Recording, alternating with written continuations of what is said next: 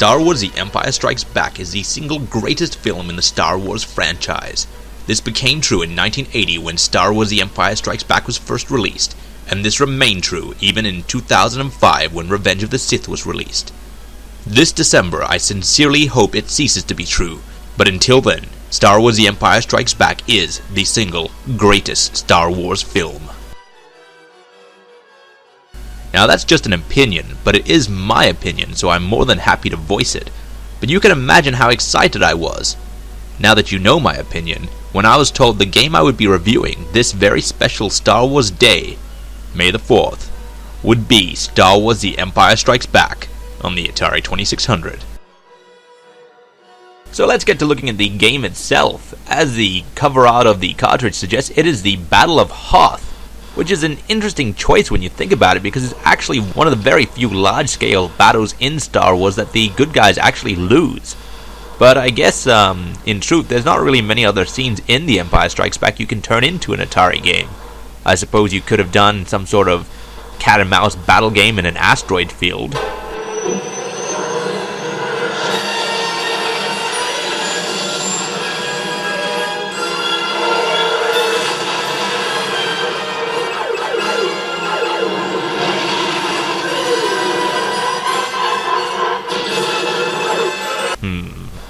Or you could have done some sort of hallway shootout with faceless enemies.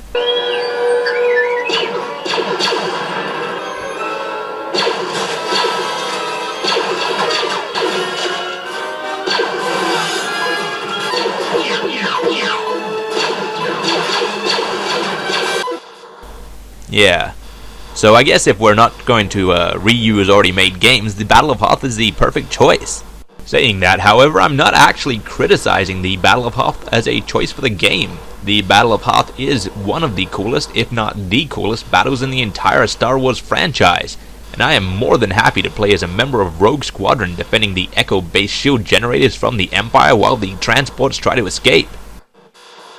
So let's talk about the gameplay in this game. You, like Luke Skywalker, fly a snow speeder, and you must shoot down hordes and hordes of AT-ATs before they reach the shield generator. The game is over when they reach the shield generator, and the game is over when you run out of lives. Now when I say shield generator, there's not actually a shield generator, but if the enemies get to the end of your screen, the screen will flash and you will have lost. So I'm assuming that is the shield generator. I'm lacking the manual.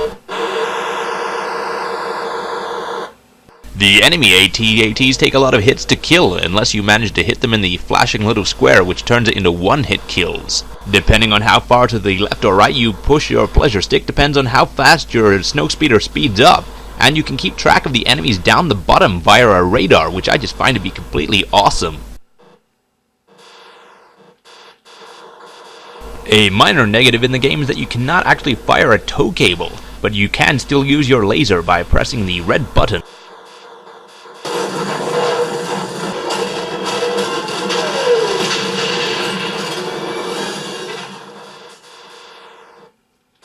As always, I started testing the game in the Variation 1 setting, because I figure that is the one that comes up when you start the game, so they should put their best foot forward.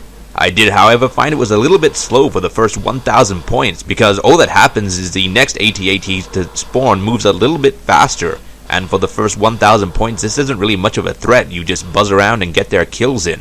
However, after a few thousand points, the AT-ATs do start to move a little bit faster, and their shots are fast enough to become an actual threat, and this is where the game really becomes fun.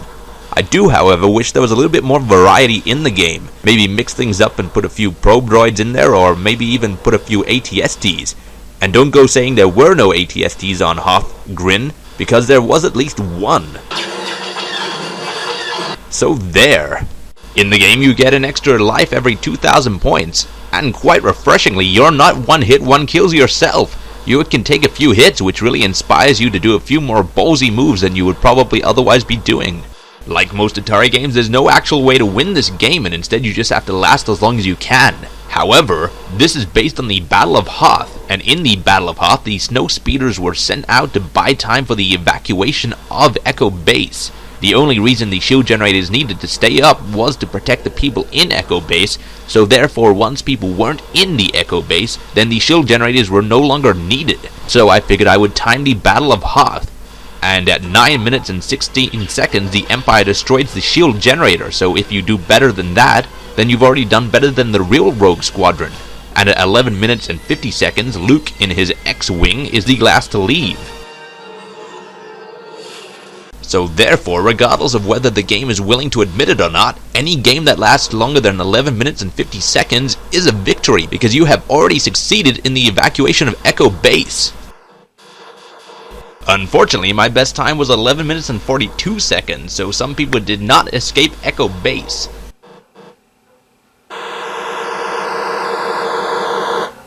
This said, Luke got shut down after 6 minutes and 49 seconds, so even though I didn't manage to save everyone, I still did better than a Jedi Master. So there you have it, good graphics, good but repetitive gameplay, and Star Wars, so where can you go wrong? And this is where I would have been leaving the review until I discovered Variation 16. What's Variation 16, you may ask? Well, it is the hardest variation that I've found on the game so far. The game starts off quickly, so you don't need to get to 1,000 points before the game gets fun, and that little flashing dot that you can shoot at to get a one-hit KO, well, if you don't shoot it quick enough, it shoots off and chases you down. I don't know what it is, but I like to pretend it's a very fast, very angry probe droid. You can shoot it down for extra points, but if you don't hit it in time, it will kick your ass. And on top of this, unlike in Variation 1, you cannot fly through enemy AT-ATs. If you hit them, you will crash and you will die. This adds a lot more planning to the game because you have to make sure you go around them instead of going through them. And if the enemy is near your shield generator and you still have a few lives left, you could kamikaze into them, taking them out and buying yourself a little bit more time. And that's what takes this game from being a good game to a great game. On Variation 16, I had trouble breaking 2000. As in, I couldn't break 2000. My fire button thumb hurts, my wrist is tired from jiggling about my pleasure stick, and I'm sweating like a fat kid in a Pizza Hut. And that's why I love it. Variation 16 is brutally difficult, and it is the absolutely definitive way of playing Empire Strikes Back on the Atari 2600.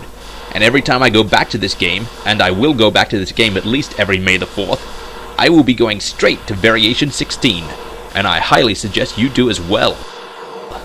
So whether you're watching this review on Star Wars Day or any other day of the year, I do highly suggest you go down to your local video store, pick up a copy of the entire Star Wars series, and Empire Strikes Back on the Atari 2600.